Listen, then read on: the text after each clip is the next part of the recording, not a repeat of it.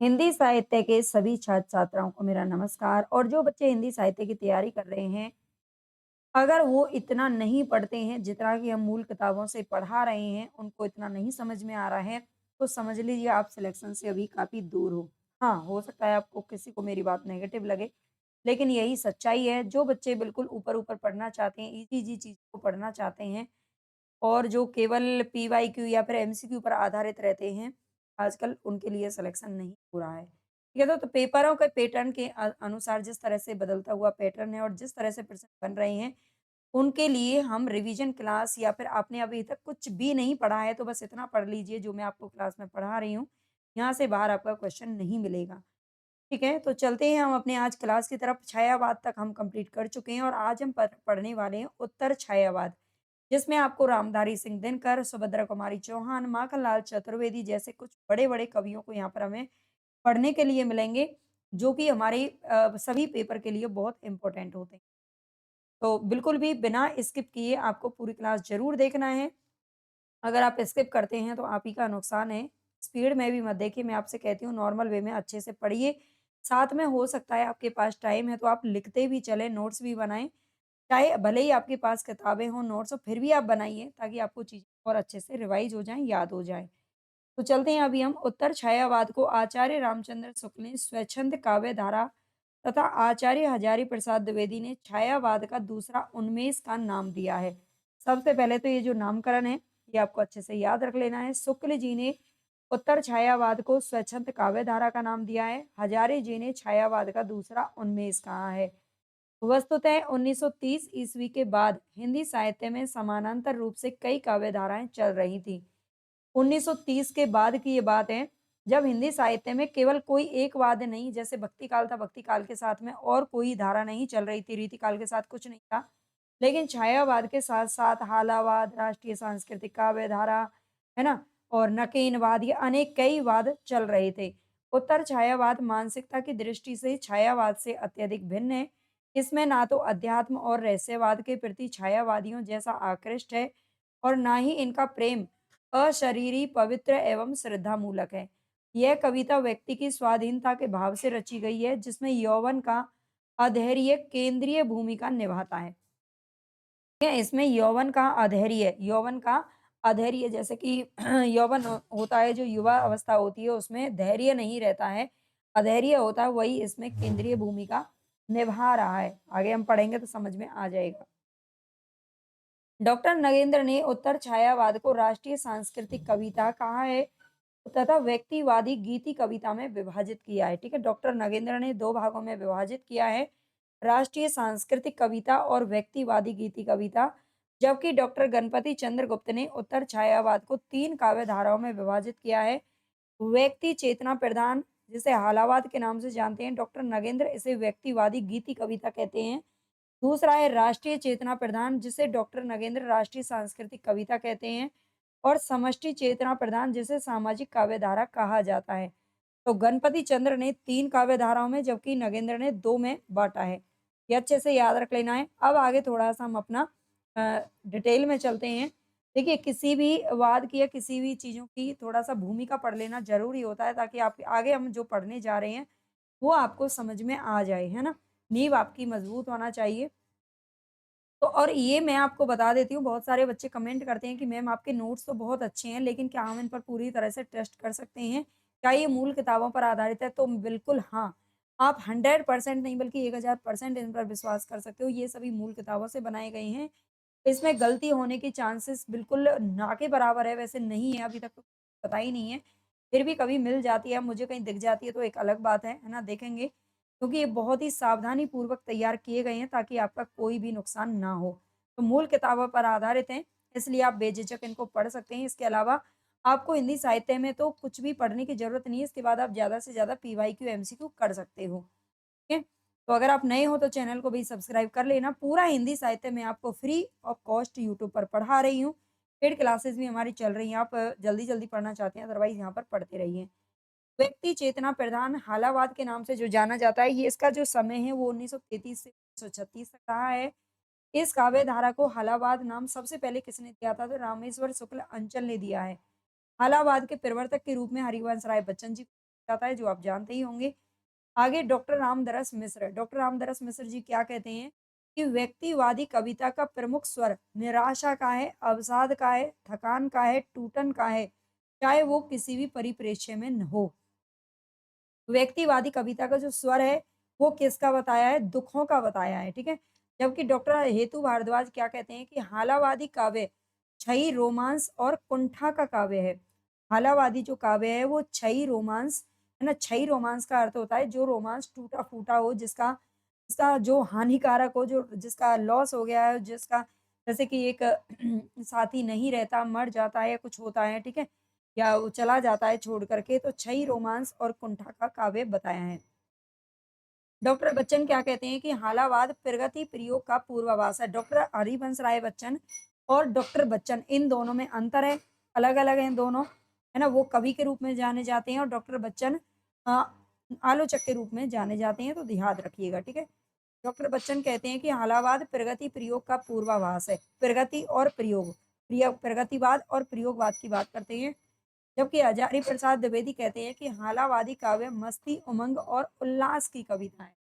ठीक है, हालावादी काव्य को मस्ती, उमंग और उल्लास किसने कहा है? तो ये हजारी प्रसाद द्विवेदी ने कहा है। अब इनके प्रमुख कवियों को थोड़ा-सा डिटेल में जान लेते हैं और ये डिटेल आपके लिए काफ़ी महत्वपूर्ण रहने वाली है ना? बच्चे काफ़ी सपोर्ट कर रहे हैं, तारीफ़ कर रहे हैं नोट्स की, मुझे बहुत अच्छा लग रहा है और इसीलिए मैंने ये फैसला भी किया कि मैं आपको फ्री ऑफ कॉस्ट पूरा हिंदी साहित्य यूट्यूब पर पढ़ाऊँगी, है ना? बस आप अपना सपोर्ट बनाए रखिए।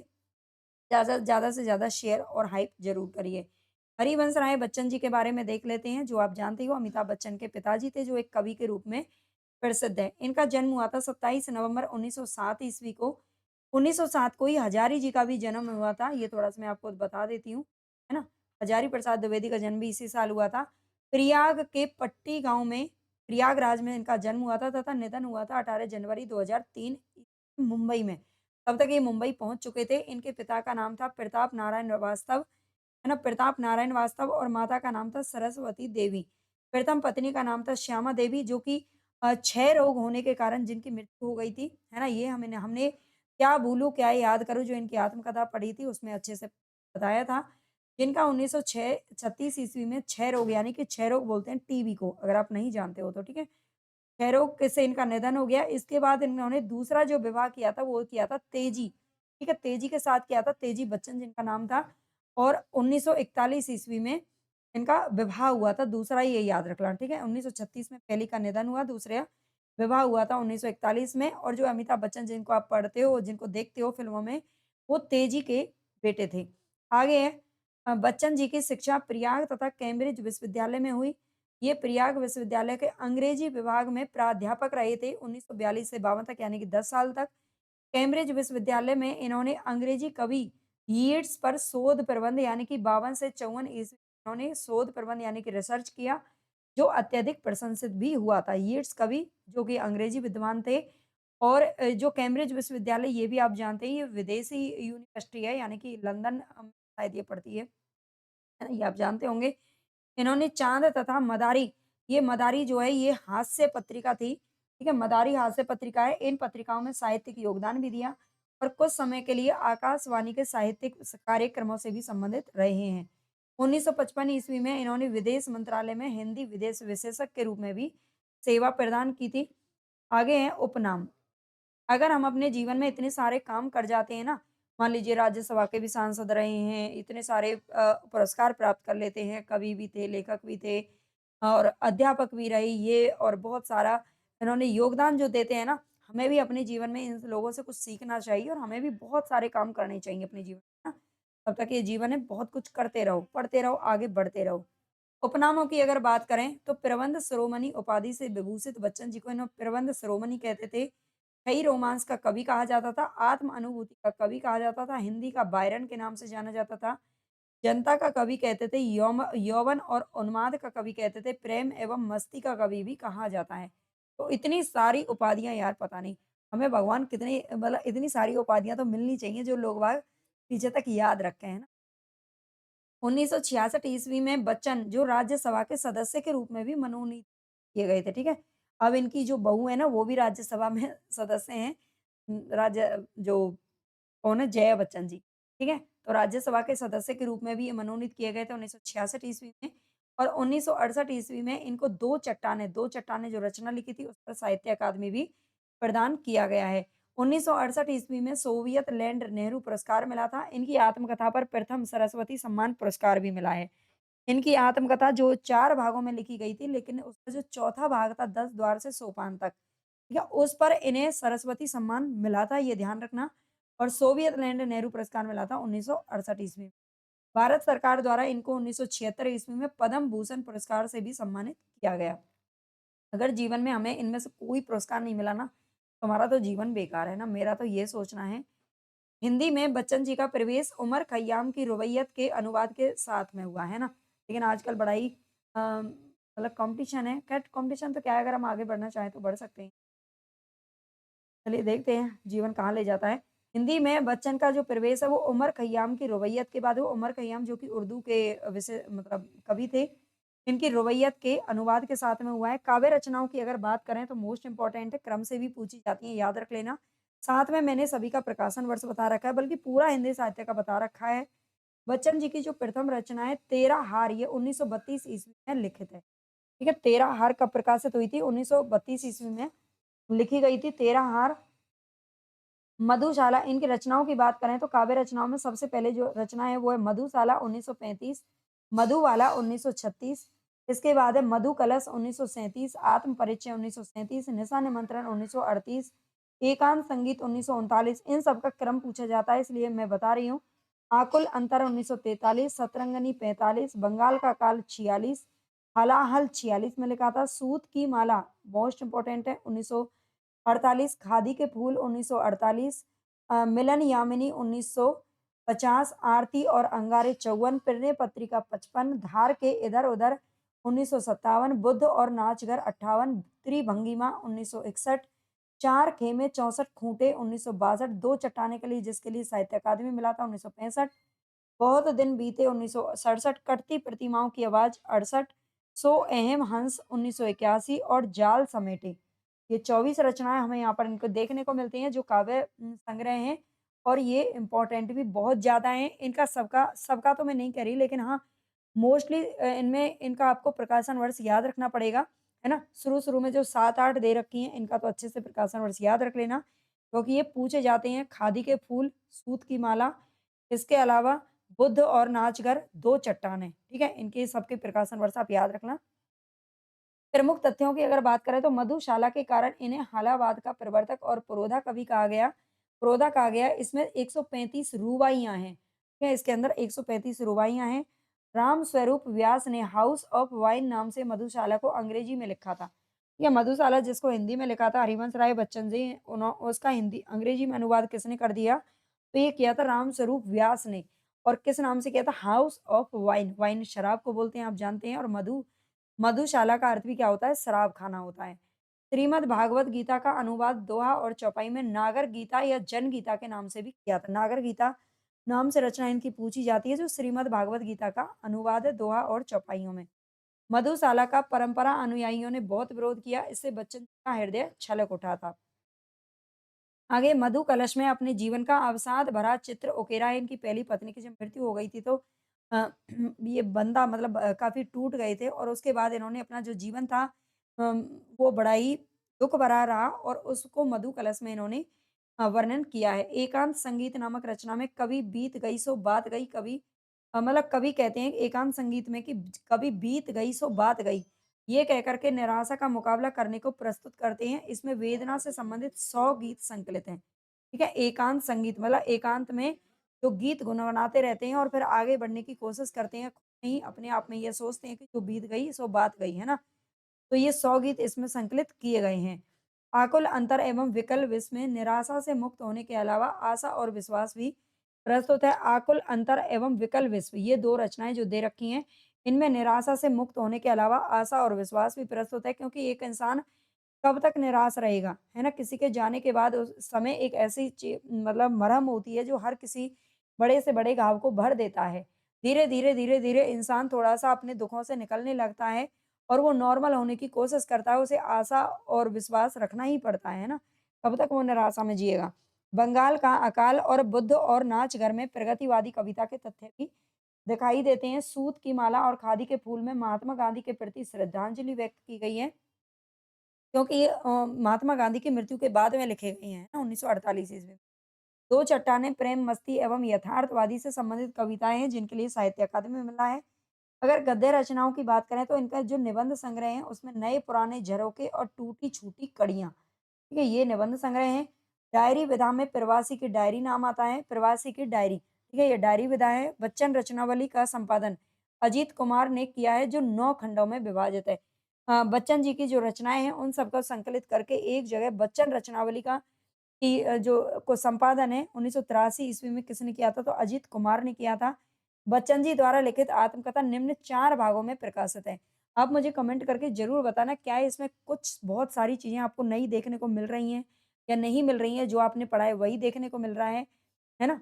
तो ये मुझे आप कमेंट करके ज़रूर बताइए और हाइप ज़रूर कर दिया करो भई, है ना? टेलीग्राम चैनल जॉइन कर लेना, पीडीएफ आपको वहाँ पर मिल जाएगी। क्या भूलूँ, क्या याद करूँ 1969 ईस्वी अपने जन्म से लेकर पत्नी श्यामा देवी के असामयिक सामयिक देहावसान तक इसमें वर्णन किया गया है, ठीक है? देहावसान इनका कब हुआ था? तो देहावसान हुआ था 1936 जो अभी हमने पढ़ा है। मुंशी प्रेमचंद का देहावसान भी 1936 हुआ था।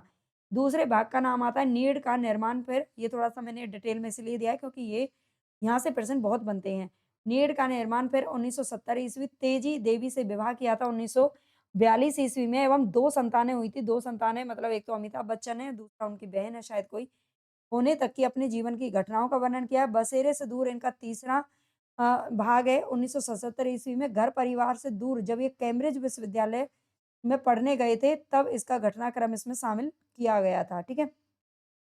घर परिवार से दूर ये कम से कम 47-48 साल की इनकी उम्र थी जब इन्होंने पीएचडी किया था, है ना? अभी तो हमारी उम्र कुछ नहीं है। 10 द्वार से सोपान तक 10 द्वार से सोपान तक 1985 ईस्वी, यह भाग अन्य 3 भागों से थोड़ा-सा विस्तृत है, बड़ा है। यहाँ उन्होंने 10 वर्ष तक विदेश मंत्रालय में हिंदी विशेष अधिकारी के पद पर तथा 6 वर्षों तक राज्यसभा के मनोनीत सदस्य के कार्य करने का वर्णन किया है। इनके इलाहाबाद वाले मकान का नाम 10 द्वार और मुंबई वाले मकान का नाम था सोपान, ठीक है? ये मकानों के नाम था। अभी भी इनके मकान का कुछ नाम आता है, अमिताभ बच्चन का, है ना? आपको पता है तो लिख देना। इनके इलाहाबाद वाले मकान का नाम था 10 द्वार, इसीलिए इन्होंने इसका नाम रखा था। 10 द्वार से लेकर के सोपान तक ये पहुँच गए। इलाहाबाद से मुंबई तक के अपने जीवन के घटनाक्रम को इस भाग में लिखा गया है। प्रमुख पंक्तियों की अगर बात करें, तो कह रहा है जग वासना में हो रहा उद्गार मेरा, वृद्ध जग को क्यों अखरती है झनिक मेरी जवानी। कितना अकेला आज मैं संघर्ष में टूटा हुआ, जीवन में एक सितारा था, माना वह बेहद प्यारा था। नीड़ का निर्माण फिर, मनुष्य पराजय के स्मारक है मंदिर मस्जिद गिरजाघर। कि मनुष्य पराजय के स्मारक है, पराजय मतलब हार जाता है इंसान, तभी वो मंदिर मस्जिद का सहारा लेता है। इस पार प्रिय मधु तुम हो, उस पार ना जाने क्या होगा। सूरज चलकर पश्चिम पहुंच, डूबा संध्या आई छाई, है अंधेरी रात पर दिया जलाना कम मनाए। ये पंक्तियां इनकी पूछी जाती हैं, इंपॉर्टेंट है। दूसरा अब हम यहाँ पर पढ़ने वाले हैं कवि को भगवती चरण वर्मा। भगवती हो सकता है मैं इसको 2 पार्ट में आपको पढ़ाऊँ, क्योंकि ये इलाहाबाद आज हम पढ़ लेते हैं, देखते हैं आगे फिर कितना पढ़ा पाती हूँ। भगवती चरण वर्मा की अगर बात करें तो राज्यसभा के मानद सदस्य एवं पद्म भूषण सम्मान से पुरस्कृत वर्मा जी का जो जन्म है वो 30 अगस्त 1903 ईस्वी को जिला उत्तर प्रदेश के सफीपुर नामक स्थान पर हुआ और निधन हुआ था इनका 5 अक्टूबर 1981 ईस्वी में। भगवती चरण वर्मा एक ऐसे कवि हैं जिन्होंने छायावाद के भीतर रहकर छायावाद का ही विरोध किया है ना? होते हैं जैसे लंका का भेदी। आगे विशंबरनाथ मानव ने इन्हें नियतिवादी कवि कहा है, इंपॉर्टेंट है। विशंबरनाथ मानव ने भगवती चरण वर्मा को नियतिवादी कहा है। हजारी प्रसाद द्विवेदी ने इन्हें मौज एवं मस्ती का कवि कहा है। 1917 ईस्वी के आसपास इनकी कविताएं प्रताप नामक पत्र में प्रकाशित होने लग गई थी। मस्ती, आवेश एवं एह इनकी कविताओं का केंद्र रहा है। आगे है इन्होंने विचार यानी कि 1940 ईस्वी में ये साप्ताहिक पत्र निकाला था विचार नाम से। भगवती चरण वर्मा, भगवती जी बहुत विचार करते थे, है ना? नवजीवन और नवजीवन नामक दैनिक पत्र का भी संपादन किया 1948 ईस्वी। इतना डिटेल में शायद आपने अभी तक नहीं पढ़ रखा होगा, जहाँ तक मैं समझती हूँ, और पढ़ा है तो बहुत अच्छी बात है। अब आप पूरा पढ़िए, रिवीजन हो जाएगा। आगे वर्मा जी गीतकार के रूप में भी प्रसिद्ध हैं। इनका निम्न गीत अत्यधिक लोकप्रिय है ना? अत्यधिक लोकप्रिय है और ये गीत आप जानते हो बहुत बार पूछा जाता है, हम दीवानों की क्या हस्ती, हैं आज यहाँ कल वहाँ चले, मस्ती का आलम साथ चला हम धूल उड़ाते जहाँ चले, सब कहते ही रह गए तुम कैसे आए और कहाँ चले, जग से उसका कुछ लिए चले, जग को अपना कुछ दिए चलें। ठीक है, ये पंक्तियाँ हैं जो पूछी जाती हैं। काव्य रचनाओं की बात करें तो भगवती चरण जी की कुछ रचनाएँ यहाँ पर मधुकन नाम से इन्होंने लिखा है, ठीक है? मधु कलश किसका है? बच्चन जी का है और मधुकन है 1932 में लिखा था भगवती जी का। प्रेम संगीत 1937 ईस्वी और उनका है एकांत संगीत, ठीक है? दोनों को याद रख लेना। मानव 1940, रंगों से मोह 1962 और एक दिन, ये 5 कुछ काव्य संग्रह इनके मिलते हैं। मानव जो रचना है उसमें वर्मा जी स्वच्छंदता से यथार्थ की ओर अग्रसर होते हुए दिखाई देते हैं। चली आ रही भैंसा गाड़ी इस संग्रह में संकलित प्रसिद्ध कविता है, ठीक है? मानव जो रचना है उसमें चली आ रही भैंसा गाड़ी इसी संग्रह में संकलित प्रसिद्ध एक कविता है। काव्य रूपक की बात करें काव्य रूपक की अगर बात करें तो महाकाल, कर्ण, द्रौपदी और तारा ये इनके कुछ काव्य रूपक हैं। उपर्युक्त चारों रूपकों को त्रिपथगा नाम से एक संकलन के रूप में 1956 ईस्वी में प्रकाशित किया था। अब बच्चों को किसी को लगेगा मैम इसका नाम तो त्रिपथगा है, त्रि का मतलब तो 3 होता है। हाँ बेटा ये तो मैं भी जानती हूँ 3 ही होता है ना? लेकिन इसमें 4 रूपकों को शामिल किया गया है। त्रिपथगा नाम से इसको संकलित किया गया है 1956 ईस्वी में, ये आप याद रख लेना, ठीक है? गलत नहीं है ये। उपन्यासों की अगर बात करें तो उपन्यासों से तो प्रश्न बहुत पूछे जाते हैं भगवती चरण वर्मा के। इस इतनी इनकी काव्य रचनाएँ नहीं पूछी जाती और ये आप इनको देखकर समझ भी सकते हो। पतन 1928, चित्रलेखा 34, 3 वर्ष 36, टेढ़े-मेढ़े रास्ते 1946, आखिरी दाँव 50, अपने खिलौने 57, भूले बिसरे चित्र 59, सबई नचावत राम मेरे पढ़ने से आपको ये याद नहीं होने वाले। आपको खुद को पढ़ना पड़ेगा और लिखना पड़ेगा बार-बार। जितना ज़्यादा आप लिखेंगे ना उतना ही ज़्यादा आपको याद होगा। जैसे छोटे बच्चे लिख-लिख करके याद करते हैं ना, वैसे ही लिखिए अगर सिलेक्शन ले सवई नचावत राम गोसाई 1970, वे फिर नहीं आई 60 1960, सामर्थ्य और सीमा 1962, थके पाँव 1963, रेखा 1964, सीधी सच्ची बातें 1968, प्रश्न और मरीचिका 73, युवराज चूंडा 1978, धुप्पल 1981, चाणक्य 1982, ये मृत्यु उपरांत प्रकाशित हुई थी 1982 में चाणक्य, ठीक है? अब इनको आप एक जगह नोट कर लेना। अगर आपके पास इतना समय नहीं है, आप कोई जॉब वगैरह भी करते हो, तो आप ये नोट्स आपको मिल जाएँगे, आपके घर पर भी आप मँगवा सकते हो, ठीक है? तो आपको पढ़ने में आसानी हो जाएगी। निबंध संग्रह की अगर बात करें तो हमारी उलझन 51 ईस्वी, कहानी संग्रह की बात करें तो इंस्टॉलमेंट बहुत बार पूछा गया है 1937 ईस्वी, 2 वाक़ये 1980 38 और मोर्चाबंदी 1976 ईस्वी। नाटक की अगर बात करें, तो नाटकों में भगवती चरण वर्मा के कुछ नाटक हैं, बुझता दीपक 1947 ईस्वी, ठीक है? बुझता दीपक 1947, रुपया तुम्हें खा गया 1953, वसीयत 1978 ईस्वी, ठीक है? वसीयत किसकी है? 1978 ईस्वी में लिखा था और वसीयत नाम से भी एक रचना लीलाधर जगूड़ी की भी मिलती है ना? ये आपको यहाँ पर मैं बता देती हूँ, कहीं आप बाद में कन्फ्यूज़ रहते हैं बच्चे कुछ, है ना? जब पेपर में आ जाता है तो चलते-चलते रेडियो नाटक है, मेरा शेरा बाल नाटक है, सबसे बड़ा आदमी इनका एकांकी नाटक। संस्मरण की बात करें तो ये साथ और हम, ठीक है? ये साथ और हम 1965 में लिखा था ये संस्मरण है और अतीत के गर्भ से। अतीत के चलचित्र किसका है? महादेवी वर्मा का है और अतीत के गर्भ से किसका है? ये भगवती चरण वर्मा का है, 1979 में लिखा था। जीवनी की बात करें तो बहुत इंपॉर्टेंट है, कहीं ना जाए का कहिए। ये अपूर्ण है लेकिन पूछी गई है कई बार, ठीक है? ये जीवनी की है, कहीं ना जाई का कहिए, ये जीवनी है, 2001 ईस्वी में इसका प्रकाशन हुआ था। आलोचना की बात करें तो साहित्य की मान्यता है 1952 ईस्वी और साहित्य के सिद्धांत तथा रूप 1976 ईस्वी में लिखा है। टेढ़े-मेढ़े रास्ते में मार्क्सवाद की आलोचना की गई है। मार्क्सवाद यानी कि प्रगतिवाद की हम बात कर रहे हैं, ठीक है? और प्रगतिवाद के ही एक लेखक का नाम आता है रांगे राघव, है ना? परंतु पूरी व्याख्या नहीं हो सकती। टेढ़े-मेढ़े रास्ते में मार्क्सवाद की आलोचना की गई है, लेकिन इसमें पूरी तरह से व्याख्या नहीं कर पाए थे, इसीलिए रांगे राघव ने सीधा-साधा रास्ता इसके उत्तर में लिख डाला था, ठीक है? सीधा-साधा रास्ता लिख दिया, टेढ़े-मेढ़े रास्ते के उत्तर में ही लिखा था और एक आनंद मठ जो लिखा गया था, उसके उत्तर में अरांगी राघव ने विषाद मठ भी लिखा था। अब हमारे तीसरे कवि का नाम यहाँ पर आता है रामेश्वर शुक्ल अंचल, मोस्ट इम्पोर्टेंट है, देखते हैं। हिंदी में मानसलवाद के जो प्रवर्तक हैं, वो किसको जाना जाता है? रामेश्वर शुक्लांचल को माना जाता है। अंचल जी का जन्म 1 मई 1915 ईस्वी को प्रदेश के फतेहपुर जिले के किशनपुर गाँव में हुआ था और निधन हुआ था 12 अक्टूबर 1995 ईस्वी में। इन्होंने छात्र सहोदर, तिलक, करमवीर, माधुरी आदि साप्ताहिक एवं मासिक पत्रों का भी संपादन किया था, है ना? ये सारे पत्र हैं जो इनसे जुड़े हुए थे। इनकी प्रथम कविता थी उस क्षण। उस क्षण ये 1935 ईस्वी में माधुरी पत्रिका में प्रकाशित हुई थी, ठीक है? उस क्षण किसकी है? अंचल साहब की है। इस पत्रिका के तत्कालीन संपादक थे। उस समय के संपादक कौन थे 1935 में? तो राम सेवक त्रिपाठी थे और उन्होंने इस कविता को मुख्य पृष्ठ पर स्थान दिया था। ठीक है? ये जो कविता छपी थी अंचल साहब की, उसको मुख्य पृष्ठ पर स्थान दिया था। खड़ी बोली में अति स्वच्छंदतावाद का प्रणेता भी इनको कहा जाता है, ठीक है?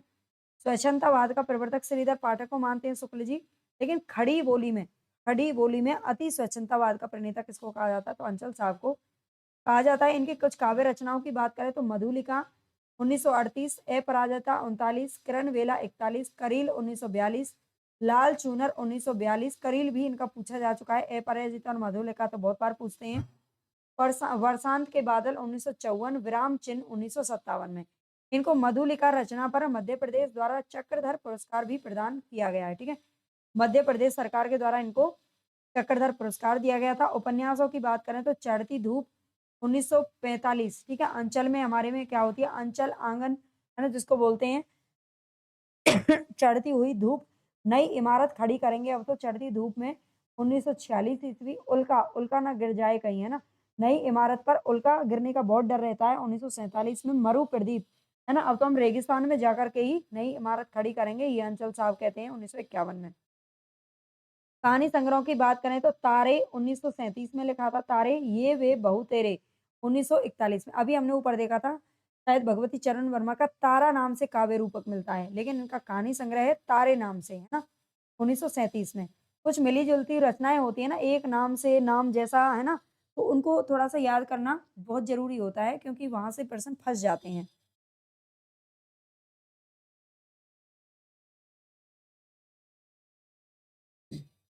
आगे है निबंध संग्रह। निबंध संग्रह में समाज और साहित्य 1944 में लिखा था, ठीक है? समाज और साहित्य, इसके अलावा है रेखा लेखा। रेखा लेखा 1957 में लिखा था। आलोचना ग्रंथ की बात करें तो हिंदी साहित्य अनुशीलन निकाला था 1952 ईस्वी में, ठीक है? हिंदी साहित्य अनुशीलन नाम से लिखा था, आलोचना ग्रंथ है ये।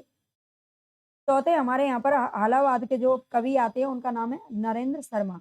तो नरेंद्र का जन्म हुआ था 1913 ईस्वी में बुलंदशहर उत्तर प्रदेश के जहांगीरपुर गांव में और इनका निधन हुआ था 1989 ईस्वी में। कवि नरेंद्र लीडर प्रेस से प्रकाशित होने वाले भारत पत्र में कुछ दिन सरकारी संपादक के रूप में भी इन्होंने कार्य किया है। ठीक है, याद रखना है, भारत पत्र में इन्होंने कुछ दिन सरकारी संपादक के रूप में कार्य किया है। नरेंद्र शर्मा की कविताओं में छायावाद, प्रगतिवाद और स्वच्छंदतावाद, इन तीनों तत्कालीन धाराओं की छाप है। उत्तर छायावाद काल के कवियों में नरेंद्र शर्मा की जो ख्याति है, वो प्रवासी के गीत के प्रकाशन के साथ ही प्रारंभ होती है। ठीक है, प्रवासी के गीत किसकी रचना है? तो ये अ, किसकी है? नरेंद्र शर्मा की। ये बहुत बार पूछा जाता है। जबकि प्रवासी की डायरी किसकी है? डायरी विदाय हरिवंश राय बच्चन की।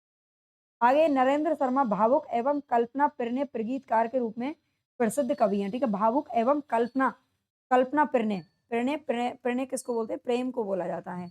महाभारत से प्रेरणा लेकर इन्होंने यशोमती मैया से बोले नंदलाला ये गीत लिखा लिखा था, जिसको लेकर के इन्होंने प्रसिद्धि पाई थी। ठीक है, यशोमती मैया से ये बोले नंदलाला, राधा क्यों गोरी कार।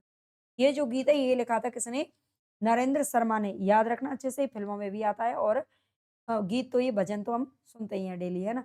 1932 ईस्वी में हुए एशियाई गेम्स की थीम नरेंद्र शर्मा जी ने लिखी थी। ये अच्छे से याद रख लेना, है ना? अच्छे से देखिए, इस पॉइंट को देख लीजिए। एशियाई गेम्स जो हुए थे 1932 ईस्वी, इसकी थीम लिखी थी नरेंद्र शर्मा ने।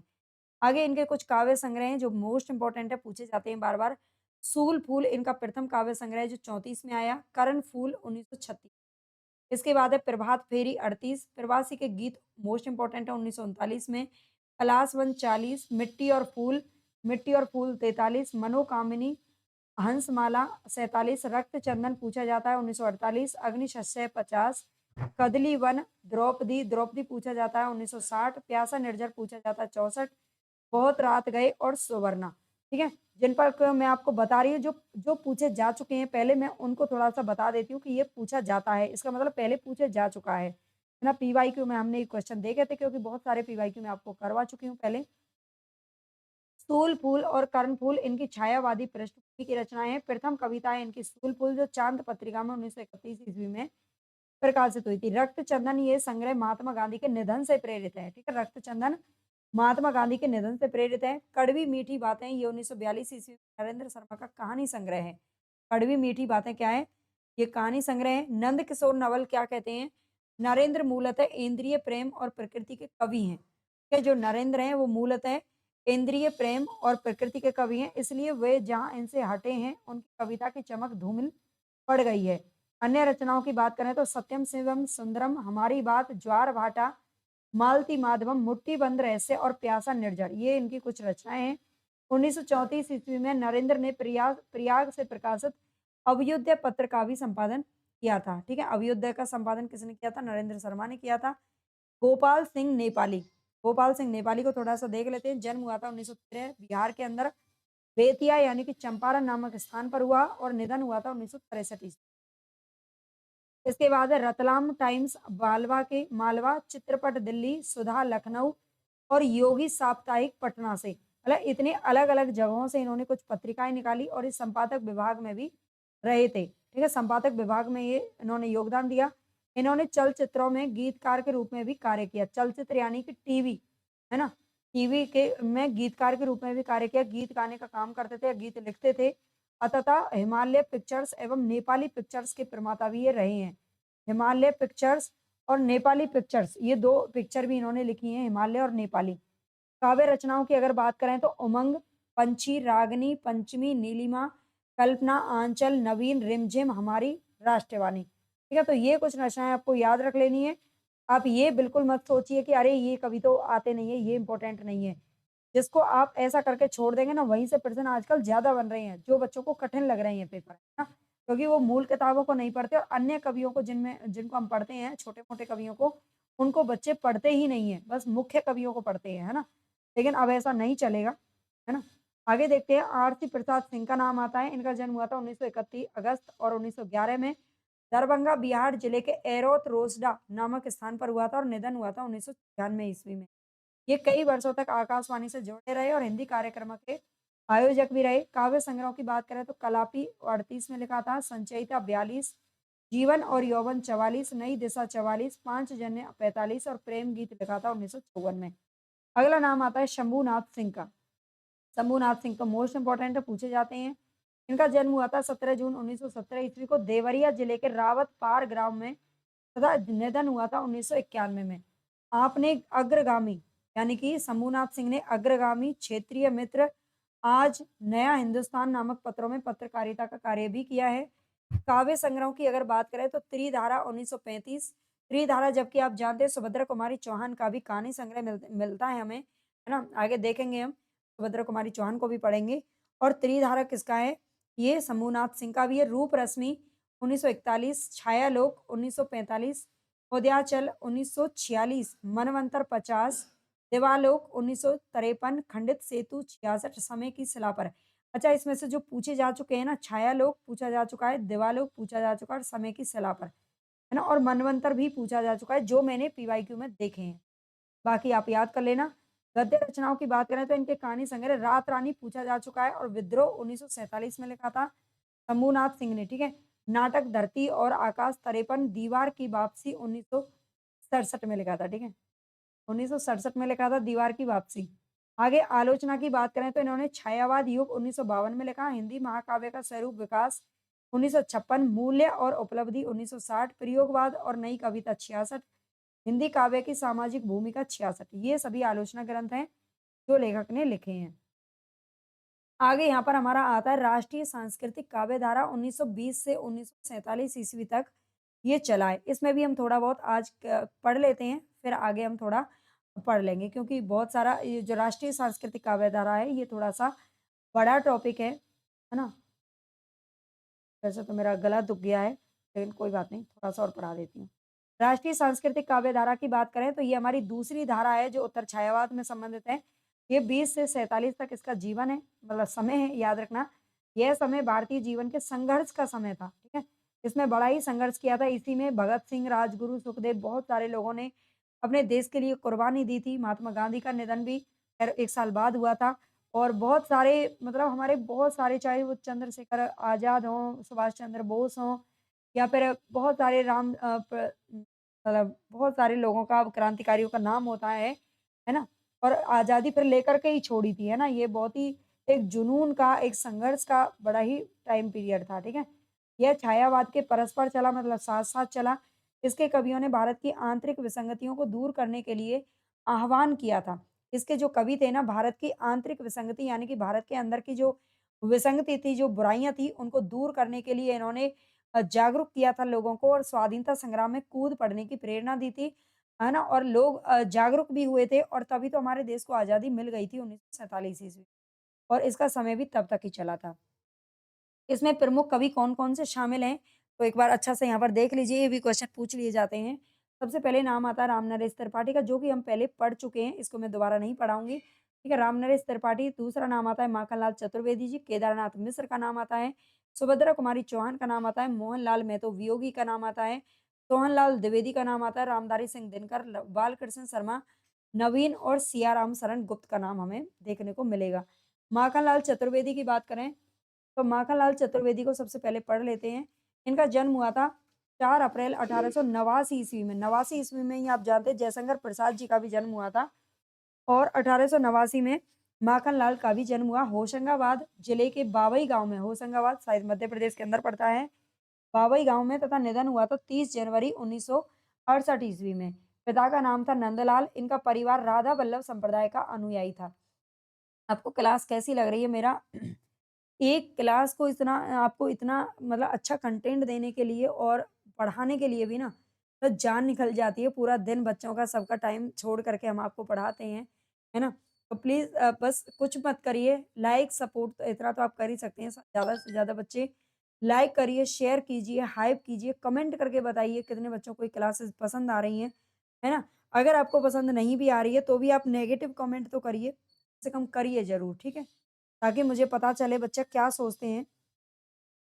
आगे देखते हैं इनकी प्रथम जो रचना है वो है हेमकृतनी 1943 ईस्वी ये रसिक मित्र पत्रिका में छपी थी, जिस पर इन्हें देव पुरस्कार मिला था। हेमकृतनी के लिए देव पुरस्कार मिला था, याद रखना। युवावस्था में चतुर्वेदी जी पर सैयद अली मीर, स्वामी राम तीर्थ और पंडित माधवराव सप्रे की जो कहानी हम पढ़ते हैं, एक टोकरी भर मिट्टी, इसका विशेष प्रभाव पड़ा था।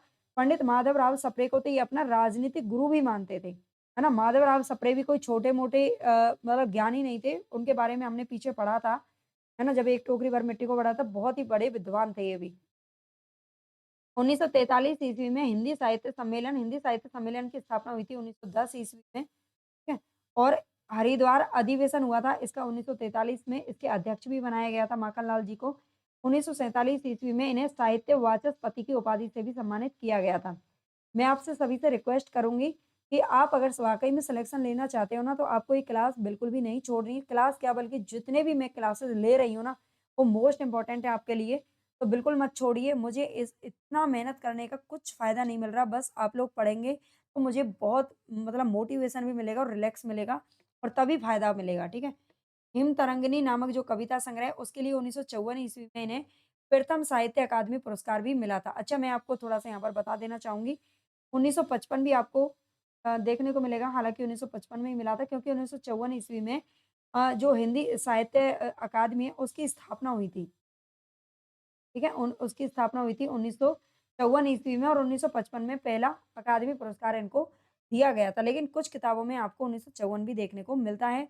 जैसे कि मैंने पीछे आपको बहुत सारी रेफ़रेंसेस भी दिया है कि डॉक्टर नगेंद्र जी मान लीजिए 1 साल आगे या पीछे मानते हैं, है ना? और जैसे कि धीरज कुमार है वो अलग अलग मानते हैं, तो थोड़ा-सा नाम में धीरेंद्र कुमार है ना? वो अलग-अलग मान लेते हैं इसलिए यहाँ पर फ़र्क फ़र्क कभी-कभी पड़ जाता है।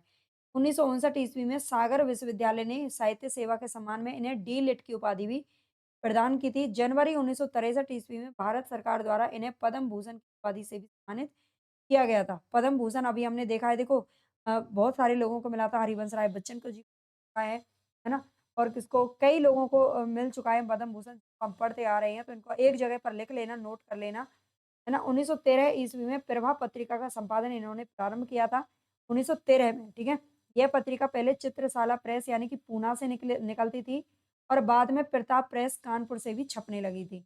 17 जनवरी 1920 ईस्वी से लेकर 11 जुलाई 19 तक चतुर्वेदी जी ने करमवीर करमवीर जो कि राष्ट्रीय जागरण का अग्रदूत जिसे पत्रिका को कहा जाता है, इस साप्ताहिक पत्र का भी संपादन किया था।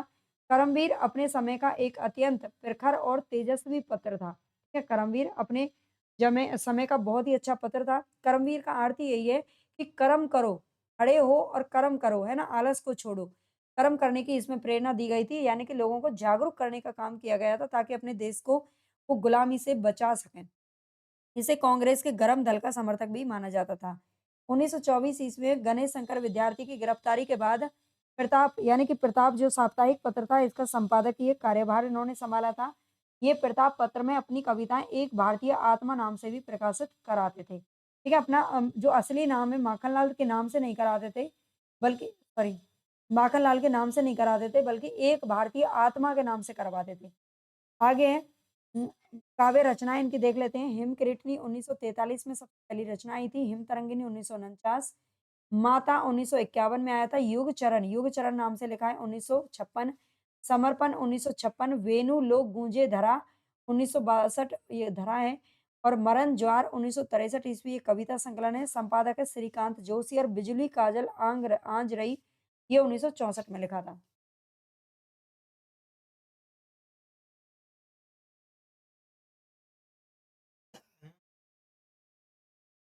धूम्रवलय 1981 ईस्वी में लिखा था, ठीक है? तो ये सभी रचनाएँ इनकी आप जानते हैं, बार-बार पूछी जाती हैं, तो आपको क्रम से इनको याद रखना है। आगे चतुर्वेदी जी का जो संपूर्ण साहित्य है, वो माखनलाल चतुर्वेदी रचनावली ये 10 खंडों में संकलित है, ठीक है? 10 खंडों में इसको संकलित किया गया है, जो इनका संपूर्ण साहित्य जितनी भी रचनाएँ लिखी थी, उन सबको यहाँ पर संकलित किया गया। पुष्प की अभिलाषा, पर्वत की अभिलाषा, कैदी और कोकिला ये जेल में लिखा था इन्होंने, क्योंकि ये राष्ट्रीय सांस्कृतिक काव्य धारा का अर्थ यही है कि ये सारे क्रांतिकारी कवि थे, है ना? जिन्होंने अपने देश को जगाने के लिए, अपने देश के युवाओं को जगाने के लिए कुछ रचनाएँ की थी, तो इसीलिए जेल भी गए थे। और कैदी और कोकिला इन्होंने लिखा, अमर राष्ट्रीय दीप से दीप जले, वरदान या अभिशाप, सखी वे मुझसे कहकर जाते। ये पंक्ति मैथिली शरण गुप्त की भी है, यशोधरा से ली गई है और इनकी रचना का नाम भी है सखी वे मुझसे कहकर जाते। ये चतुर्वेदी जी की प्रसिद्ध कविताएँ हैं। गद्य रचनाओं की बात करें, तो इनका एक नाटक है जो पूछा जाता है कृष्ण-अर्जुन युद्ध। ये 1918 ईस्वी में लिखा था और ये इनकी प्रथम रचना है ना? ये इनकी प्रथम रचना है। काव्य रचनाओं से पहले इसको लिखा था 1918 में। कहानी संग्रह की बात करें तो वनवासी कला का अनुवाद, कहानी, कहास और कहावत। कहानी, कहास और कहावत भी पूछ लिया गया है, याद रखना। निबंध संग्रह की बात करें तो साहित्य देवता इन्होंने लिखा था 1942 में और अमीर इरादे, गरीब इरादे भी पूछा जा चुका है। रंगों की बोली 1982 में लिखा था, ठीक है? साहित्य देवता और अमीर इरादे, गरीब इरादे मैंने पीवाईक्यू में देखा है। अ, भाषण संग्रह की बात करें तो चिंतक की लाचारी 1965 और आत्म दीक्षा, समय समय के पाँव संस्मरण संग्रह है ये इनका समय के पाँव, शिशुपाल वध का अनुवाद इन्होंने किया था। प्रसिद्ध पंक्तियाँ यहाँ पर देखते हैं, तो ये इनकी कुछ पंक्तियाँ हैं। तुझे मिली हरियाली डाली, मुझे नसीब कोठरी काली। ठीक है? यानी कि जेल जब गए थे तो लिखा होगा अ, तुझे मिले हरियाली डाली, मुझे नसीब कोठरी काली, मजबूत कलेजों को लेकर इस अन्याय दुर्ग पर चढ़ो चलो, माता के प्राण पुकार रहे संगठन करो बस चढ़ो चलो। माता के प्राण यानी कि भारत माता के प्राण, भारत माता की यहाँ पर बात हो रही है, हिमकृष्णी में ये पंक्तियाँ लिखी गई हैं। आगे अंजलि के फूल गिरे जाते हैं, अंजलि के फूल गिरे जाते हैं, इस नाम से इन्होंने एक पंक्ति मतलब कविता भी लिखी थी, अंजलि के फूल गिरे जाते हैं। चाहा नहीं मैं सुरवाला के गहनों में गूँथा जाऊँ, ये पुष्प की अभिलाषा से लिया गया है। छोड़ चली रे कुटिया तेरी, यह लुटिया डोरी ले अपनी, फिर वह पापड़ नहीं बेलने, फिर वह माला पड़े ना जपनी। ठीक है? यानी कि गुलामी से हमें बाहर निकलना है कैसे भी करके। हमें इस जो गुलामी है इसको तोड़ना है और इसकी जंजीरों को तोड़ना है और आगे अपने स्वतंत्र अपने देश को कराना है। हमारी माता हमें पुकार रही है, ठीक है? भारत माता। तो ये कह कर के मतलब ये सारी पंक्तियाँ इन्होंने देश को जगाने के लिए लिखी हैं। आगे नाम आता है यहाँ पर रामधारी सिंह दिनकर का जिसको हम कल पढ़ने वाले हैं। आई थिंक आज के लिए इतना ही काफ़ी है ना? तो इसका जो पार्ट 2 है उसको भी ज़रूर देख लेना। इसकी पीडीएफ आपको टेलीग्राम से मिल जाएगी। कमेंट ज़रूर करके बताना आपको क्लास कैसी लगी है और हाइप कर देना भई, है ना? और लाइक कर देना, जो बच्चे नए हैं सब्सक्राइब भी कर लीजिएगा। अगर ये नोट्स आप लेना चाहते हैं तो आप मुझे अ, उम नंबर पर संपर्क कर सकते हैं, अदरवाइज़ आप मुझे टेलीग्राम पर भी बता सकते हैं। ठीक है, ये नंबर है, अगर आप ये नोट्स घर पर मँगवाना चाहते हैं तो केवल और केवल ₹500 में अभी ये मिल रहे हैं। आप घर तक भी मँगवा सकते हैं, है ना? बस ज़्यादा से ज़्यादा पढ़िए, इसीलिए मैंने इतना सस्ता इनको कर दिया है। इसमें काव्य शास्त्र भी शामिल है और पूरा हिंदी साहित्य।